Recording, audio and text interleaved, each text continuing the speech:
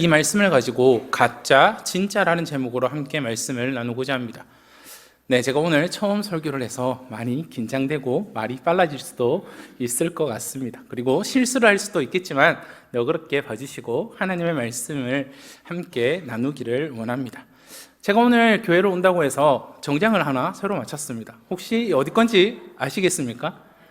참 비싼 걸 맞췄습니다. 얼마일까요? 30만 원. 좀 가격을 더 써보시죠. 50만 원. 안 보이니까 모르시죠? 제가 이거 참 명품을 하나 입고 왔습니다. 겉으로 보기에는 이게 명품인지, 진짜인지 알 수 있는 방법은 전혀 없습니다. 다들 집에 하나쯤 샤넬이나 루이비통이나 디올이나 이런 명품들을 하나는 다들 가지고 계시지요.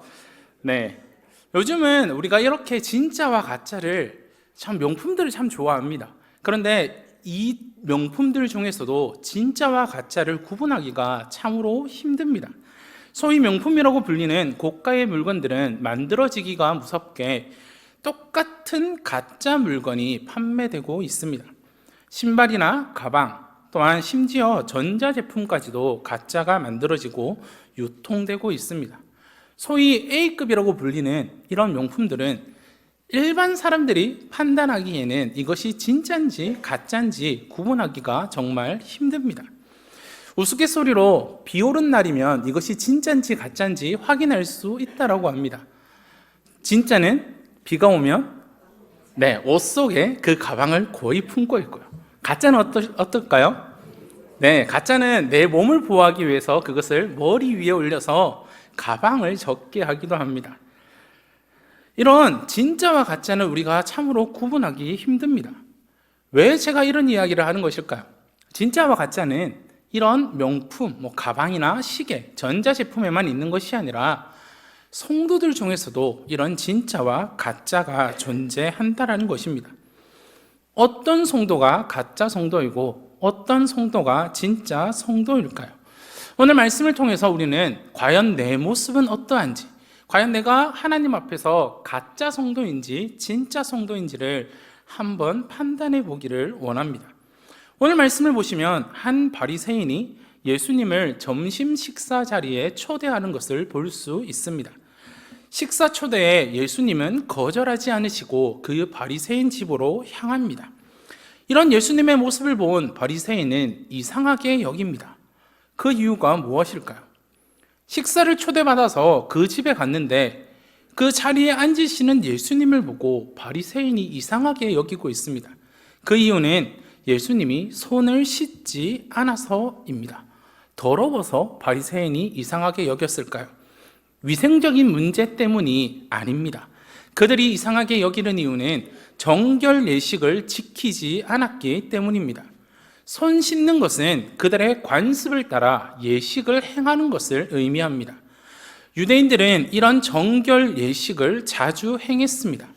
생활을 하다 보면 의도치 않게 때로는 어쩔 수 없이 의식적으로 부정해지는 경우들이 생깁니다. 우리가 살아갈 때도 마찬가지입니다. 내가 원하지 않았지만 내 손에 더러운 것이 묻을 때가 있습니다. 이와 같이 그들은 부정하게 된 사람과 접촉하거나 그들이 만진 것을 만지게 되는 경우도 있었기 때문에 그들은 자주 정결 예식을 행하게 되었습니다. 그들이 식사 전에도 손을 씻는 것은 자신들의 거룩함을 상징적으로 드러내는 것에 불과합니다. 손을 씻는 것은 의식이기 때문에 그냥 씻기만 해서는 안 됩니다. 정해진 물을 정해진 양만큼 사용해야 됐고 정해진 방법을 통해서 손을 씻어야 했습니다. 손을 씻기에 앞서서 손에 물이 닿지 않도록 모든 것은 제거되어야 합니다. 손톱에 흙먼지나 때가 있으면 그것을 제거해야 됐습니다. 다른 용도로 사용된 물은 사용해서는 안 되었기 때문에 큰 단지나 항아리에 예식에 사용되는 물을 따로 보관하기도 했습니다. 항아리 위에 작은 용기를 두고 그 물을 떠서 손을 씻기도 했습니다. 한번 물을 쏟아서 손 전체가 구석구석 씻겨야 했고 손을 씻은 물은 이미 씻긴 곳으로 다시는 내려가면 안 되기에 손을 이렇게 들어서 씻은 물이 손목으로 흐르도록 그들은 정결 예식을 진행했습니다. 그들은 늘 그렇게 정결 예식을 해왔는데 이것이 하나님의 명령이라 생각해서 그들은 잘 행동했습니다. 그런데 오늘 모습에서 예수님은 그 명령을 지키지 않는 것을 그들은 이상하게 여겼습니다. 이스라엘의 선생이라는 사람이 어찌 이렇게 행동할 수 있냐라고 그들은 생각했습니다. 이런 바리새인들이 이상하게 여기는 모습을 본 예수님은 그들에게 충격적으로 말씀하십니다. 오늘 본문과 동일한 내용인 마태복음 23장에 보시면 예수님께서 그 바리새인들에게 말씀을 하시면서 한 단어를 그들 앞에 붙이고 계십니다. 무슨 단어일까요? 바로 외식이라는 단어를 그들 앞에 붙이고 있습니다. 외식이라는 뜻은 겉만 보기에 좋게 꾸미어 드러내는 것을 이야기합니다. 예수님은 바리새인들에게 이야기하시면서 너희들이 하는 그 행동이 외식적인 행위다라고 이야기합니다. 그들의 행동이 겉만 보기에 좋다라고 이야기를 하고 계십니다. 바리새인들은 세상에서 구별된 자들, 분리된 자들로 살기를 원했습니다. 그런데 예수님이 하신 말씀을 보면 그들은 구별된 자들이 아니라 위선자로서 외식하는 자로 살아가고 있음을 보여주고 있습니다. 그들이 하는 그 모습은 하나님의 명령을 지킨다라고 하지만 그들은 참된 하나님의 백성의 모습이 아니라 그냥 외식되고 위선된 모습들을 보여주고 있다라는 겁니다.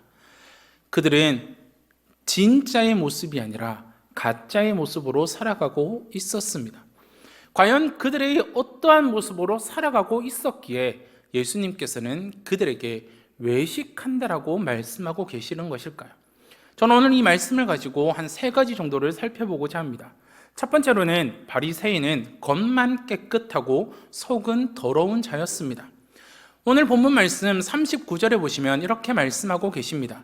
주께서 이르시되 너희 바리새인은 지금 잔과 대접의 겉은 깨끗이 하나 너희 속에는 탐욕과 악독이 가득하도다라고 예수님은 말씀하고 계십니다. 예수님이 이렇게 말씀하신 이유는 그들이 가진 약점을 지적하고 계십니다. 전통은 언제나 겉으로 보이는 것, 행위에 초점을 맞추고 있습니다. 하지만 하나님은 그 행위를 가져오는 마음, 동기를 더 중요하게 여기고 계십니다. 바리새인들은 지금 정확히 이 반대로 행하고 있습니다. 자신들은 정결 예식을 통해서 자신들의 모든 것이 깨끗하다라는 것을 보여준다라고 생각합니다. 하지만 예수님의 말씀을 통해서 우리가 알 수 있는 것은 그들은 전혀 깨끗한 모습이 아니라는 것입니다. 겉으로는 깨끗하지만 그 속은 더럽다라고 예수님은 말씀하고 계시는 것입니다. 그들 안에는 탐욕과 악독이 가득했다라고 말하고 있습니다. 왜 예수님께서는 그들에게 탐욕과 악독이 가득하다라고 말씀하시는 것일까요? 그것은 정결에 과도하게 집착하는 바리새인들이 그들의 자신의 내면의 부정함을 무시했기 때문입니다. 그들은 잔이나 대접을 씻는 사람처럼 겉은 깨끗이 씻지만 내면에 가득한 탐욕과 악독은 방치하고 그 안에 있는 그 죄악을 다루는 일에는 전혀 무관심했기 때문입니다. 그들은 속이 더러운 잔처럼 전혀 깨끗한 상태가 아니었음을 예수님께서는 말씀해 주고 계십니다. 예수님은 바리새인들이 겉으로는 거룩하게 보이고 겉으로는 깨끗하게 보이지만 그들의 내면은 철저하게 부패했다라고 정죄하고 계시는 것입니다. 우리의 모습이 이와 같지는 않습니까? 겉으로 보이는 모습에만 관심이 있고 정작 우리의 내면의 모습은 신경 쓰지 않는 것이 우리의 현실은 아닐까요? 40절 말씀을 보시면 어리석은 자들아 겉을 만드시니가 속도 만들지 아니하셨느냐라고 말씀하고 계십니다. 이 말씀은 하나님께서 외면적인 것뿐만이 아니라 내면적인 상태도 동일하게 중요하게 생각하심을 말해주고 있습니다. 우리가 잘 알고 있는 말씀 사무엘상 16장 7절에서는 내가 보는 것은 사람과 같지 아니하니 사람은 외모를 보거니와 나 여호와는 중심을 보느니라 하시더라라고 말씀하고 계십니다. 바리새인들은 하나님을 섬긴다라고 생각했지만 실제 그들이 했던 것은 하나님께 열심은 있지만 자기의 의를 세우려고 힘써 하나님의 의에 복종하지 않는 모습을 보여주고 있습니다. 이들에게 예수님은 마지막으로 이렇게 말씀하십니다. 41절 말씀을 보시면 그러나 그 안에 있는 것으로 구제하라. 그리하면 모든 것이 너희에게 깨끗하리라 라고 말씀하고 계십니다. 바리새인들이 구제를 안 한 것은 아닙니다. 그들은 열심히 구제를 했던 사람들이었습니다. 그들이 가진 것으로 했습니다. 그런데 예수님께서는 오늘 말씀에서 그들이 가진 것으로라고 말씀하지 않으시고 그 안에 있는 것이라고 말씀하고 계십니다. 단순히 외적인 흉내내기가 아니라 마음으로 주는 선물이어야 함을 말씀하고 계십니다. 겉과 속을 모두 지으신 하나님께서 보시기에 정결한 것은 그 마음에서 시작하여 행동으로 옮겨지는 구제입니다. 생색내듯이 종교적인 의무감에서 행해지는 구제, 그러면서 마치 그것이 하나님 때문에 하나님을 위해서 하는 것인 양 말하는 것은 하나님께서 좋아하지 않으시고 하나님이 보시기에 그것은 위선적이고 외식되는 행동임을 말해주고 계시는 것입니다. 모든 것이 깨끗하게 되려면 내적인 태도와 외적인 행동이 일치해야 합니다. 우리의 모습은 어떠합니까? 진짜 성도는 겉과 속이 같은 사람입니다. 신앙생활에서 종교적인 의무감 때문에 하는 행동은 하나님이 기뻐하시는 것이 아닙니다. 그것은 외식하는 것과 위선적인 것과 같습니다. 우리의 내면이 하나님 때문에 하나님을 위해서 살아가야 될 때, 그리고 아무도 보는 이 없을 때 우리가 하나님만을 섬기며 우리의 경건생활, 신앙생활에 최선을 다할 때 하나님께서는 그 모습을 기뻐하신다는 사실을 기억하시기를 바랍니다. 다른 사람들이 보기에 그것 때문에 내가 기도하고, 다른 사람들이 보니까 그것 때문에 찬양하고, 다른 사람들이 보니까 내가 말씀을 읽고 예배 드리는 것이 아니라 아무도 보는 이 없을 때에도 내가 하나님 때문에 하나님만을 섬기기 위해 찬양하고 기도하고 말씀을 묵상하고 듣는 것이 참된 성도의 모습임을 잊지 마시고 우리의 내면도 함께 신경 써서 내적인 태도와 외적인 행동이 일치되어 하나님이 보시기에 기뻐하시는 참된 성도, 진짜 성도가 되시기를 소원합니다. 두 번째로는 바리새인들은 본질보다 비본질을 더 중요하게 여겼습니다. 42절 말씀을 보시면 화 있을진저 너희 바리새인이여 너희가 박하와 운항과 모든 채소의 11조는 드리되 공의와 하나님께 대한 사랑은 버리는도다. 그러나 이것도 행하고 저것도 버리지 말아야 할지니라라고 말씀하고 계십니다. 예수님은 바리새인이 무엇을 더 중요하게 생각하는지 잘못되었음을 지적하고 있습니다. 그들은 비본질적인 부분에 있어서는 아주 사소한 것까지도 신경 썼습니다. 하지만 본질적인 부분에서는 아무것도 신경 쓰지 않고 있었습니다. 오늘 말씀에서 박하와 운항과 모든 채소의 11조를 드렸다라고 말합니다. 이는 율법에 따르면 곡식이나 나무의 11조는 드려야 됐습니다. 바리새인들은 당연히 이 말씀에 따라 율법에 따라 하나님 앞에 11조를 드립니다.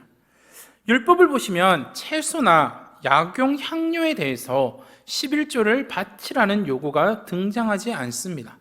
그러나 바리새인들은 박하와 운양을 비롯한 여러 식물에 대해서도 하나님 앞에 11조를 드렸다라고 본문은 기록합니다. 예수님께서는 과연 그들이 11조를 드리는 행위에 대해서 정죄하시는 것일까요? 그렇지 않습니다. 그들이 가장 사소한 부분까지도 정말 진정으로 하나님 앞에 모든 것을 드리기를 원한다면 내 모든 것을 다 드릴 수 있는 것이 우리의 모습이지 않을까요? 아마도 바리새인들도 비슷하지는 않았을까 합니다. 하나님께 가장 사소한 부분이라도 하나님 앞에 드리면 하나님이 좋아하시고 기뻐하지 않으실까라고 그들은 생각하였을 것입니다. 하지만 시간이 지나면 지날수록 이렇게 하지 않으면 안 되었고 즐거운 마음으로 하나님 앞에 11조를 드릴 수는 없었을 것입니다. 그들 안에 11조를 드리면서 하나님 앞에 드리는 온전한 기쁨을 잃어버렸다라는 것입니다. 즐겁지 않은 일을 하기 위해 시간과 에너지를 사용하면서 더 중요한 하나님을 사랑하는 일을 그들은 무시했다라는 겁니다. 비본질이 본질을 대신하게 되었고 부차적인 것이 핵심을 놓치게 만들었습니다. 예수님은 11조가 필요 없다라거나 그것으로는 문제 삼지 않으셨습니다. 정말 원하고 할 수 있다라면 하나님께 더 많이 드리는 것이 문제가 되지는 않습니다. 예수님이 무엇 때문에 그들을 정죄하셨습니까? 그들이 본질적인 것, 정말 중요한 것은 무시하고 있었음을 보시고 바리새인들을 정죄하신 것입니다. 그들을 책망하신 것입니다. 중요하지 않은 비본질적인 일에 매달렸고 그들은 율법과 의식과 관습과 전통의 가장 세부적인 부분까지 준수했지만 공의와 하나님께 대한 사랑, 아주 중요한 본질적인 부분은 그들을 망각하고 살아왔습니다. 신앙인에 있어서 하나님이 바라시는 것은 무엇이겠습니까? 하나님 앞에 드리는 것 정말 좋습니다. 그런데 우리의 마음에서 나온 하나님을 향한 사랑에서부터 그것이 출발되어야 합니다. 새벽에 일찍 일어나서 새벽 기도에 나아오른 것, 하나님을 사랑하기 때문에 나아오른 것입니다. 내가 사랑하는 하나님을 빨리 만나고 싶어서 그 하나님 앞에 나아오른 것입니다. 밤늦게 무릎 꿇는 것도 하나님을 사랑하기 때문입니다. 내가 전도를 하는 이유도, 내가 찬양을 드리는 이유도, 내가 말씀을 듣는 이유도, 내가 예배를 드리는 이유도 그 모든 것이 내 마음속에서 나온 하나님을 향한 사랑에서부터 시작되어져야 한다는 것입니다. 그들은 그 모습이 없었기 때문에 예수님께서는 그들을 정죄하고 그들을 책망하신 것입니다. 그렇게 예수님께서는 그 안에 있는 것들로 행하라고 말씀하고 계십니다. 사랑하는 성도 여러분, 이 바리새인들의 모습이 우리의 모습은 아닐까요? 비본질적인 일에만 매달려서 본질적인 일을 무시하고 있는 것은 우리들은 아닐까요? 우리가 하는 모든 것이 마음에서부터 나온 하나님을 향한 사랑에서부터 시작되어짐을 잊지 마시기를 바랍니다. 이것이 본질적인 부분입니다. 하나님을 사랑하기에 하나님께 예배하는 거고, 하나님을 사랑하기에 하나님께 기도하는 거고, 하나님을 사랑하기에 하나님을 찬양하는 것입니다. 그 마음이 없다라면 그것은 그냥 위선적인 것이고 외식적인 것임을 잊지 마시기를 바랍니다. 진짜 성도는 공의와 하나님에 대한 사랑, 이 본질적인 부분을 먼저 신경 써야 합니다. 시행세칙이나 스스로 만든 규칙을 준수하는 것이 아니라 본질적인 선택을 우리는 무시하고 살아왔는지를 다시 한번 점검할 필요가 있습니다. 이 2024년 과연 내가 하나님 앞에 예배드리고 하나님을 찬양하는 것이 정말 하나님을 향한 사랑에서부터 시작되었는지, 아니면 내가 그냥 신앙생활을 이렇게 잘하고 있다라는 것을 보여주기 위해서 그렇게 살아왔는지를 한번 점검해 보시고 하나님을 향한 사랑을 제일 먼저 생각하시고 여기에 집중하며 신앙생활을 하시고 경건생활을 하시는 저와 성도님들이 되시기를 바랍니다. 마지막으로 바리새인들은 사람들의 존경과 영광을 받는 일을 사랑했었습니다. 43절 말씀을 보시면 화 있을진저 너희 바리새인이여 너희가 회당의 높은 자리와 시장에서 문안받는 것을 기뻐하는도다라고 말씀하고 있습니다. 예수님은 여기서 바리새인이 무엇을 기뻐했는지를 말씀하십니다. 그들이 기뻐한 것은 회당의 높은 자리, 그리고 시장에서 문안받는 것이었습니다. 회당의 높은 자리는 회당의 앞쪽에서 회중을 바라보며 마주보는 높은 자리가 있었는데 바로 그 자리는 중요한 사람들을 위해서 마련된 자리였습니다. 사람들에게 중요한 사람으로 인정받는 그런 자리가 바로 회당의 높은 자리였습니다. 시장에서 문안받는 것도 동일합니다. 바리새인들은 많은 사람들이 있는 곳에서 사람들에게 인사받는 것을 좋아했습니다. 왜 좋아했을까요? 그만큼 자신들이 인정받는 것이었기 때문에 시장에서 문안받는 것도 좋아했습니다. 회당의 높은 자리나 인사받는 것 자체가 문제가 아닙니다. 문제는 그들이 좋아하고 사랑했다라는 것입니다. 사람들에게 존경을 받고 인정을 받는 것들은 그들은 기뻐했고, 다른 말로 하면 그것을 추구했다라고 말할 수 있습니다. 다른 사람들에게 인정받고 높임을 받기를 원하는 이들의 교만은 여러 모양으로 나타납니다. 그들은 사람들에게 영광을 받으려고 구제할 때에 나팔을 불며 사람들 앞에서 구제했습니다. 기도할 때에 사람들에게 보이려고 사람이 많은 곳에서 공개된 장소에서 기도했습니다. 금식할 때 사람에게 보이려고 얼굴을 흉하게 하기도 했습니다.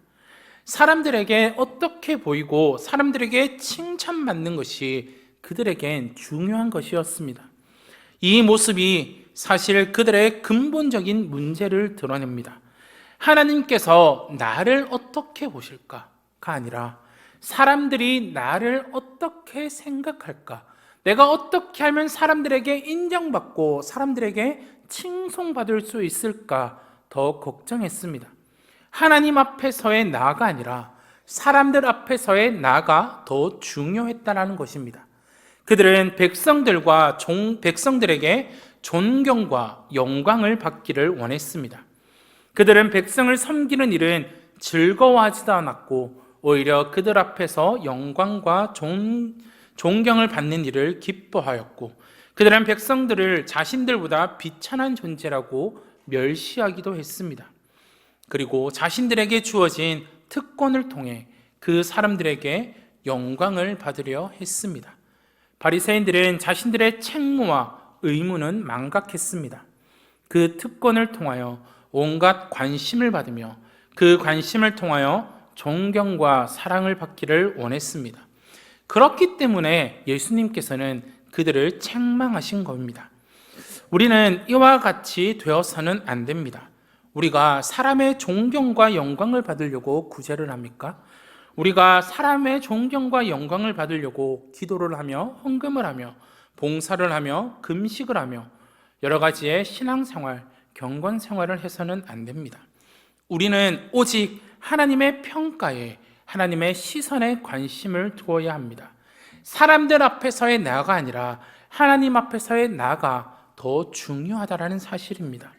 우리에게 주어진 책무와 의무가 사람들 때문에 하는 것이 아니라 하나님이 나에게 주어진 책무이기에, 하나님이 나에게 주어진 의무이기에, 내가 하나님을 사랑하기 때문에 그 하나님의 사랑에서부터 시작되어 그 책무와 의무를 하는 것이 바로 참된 성도, 진짜 성도라는 것입니다. 예수님께서는 마태복음 20장 27절에서 이렇게 말씀하고 계십니다.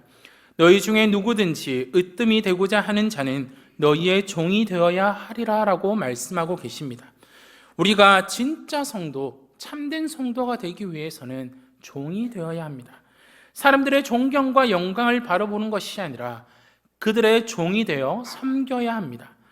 남의 시선을 신경 쓰는 것보다 우리의 모습을 바라보시는 하나님께 신경 써야 하며 하나님 앞에서 바른 신앙생활, 바른 경건생활을 해야 합니다. 예수님께서는 이런 바리새인들을 향하여 마지막으로 정죄하십니다. 44절 말씀을 보시면 화 있을진저 너희는 평토장한 무덤 같아서 그 위를 밟는 사람이 알지 못하느니라 라고 이야기합니다. 평토장한 무덤은 땅을 파서 시신을 묻고 그냥 덮어둔 무덤으로 아무런 표시가 없으면 그것이 무덤인지를 알지 못합니다.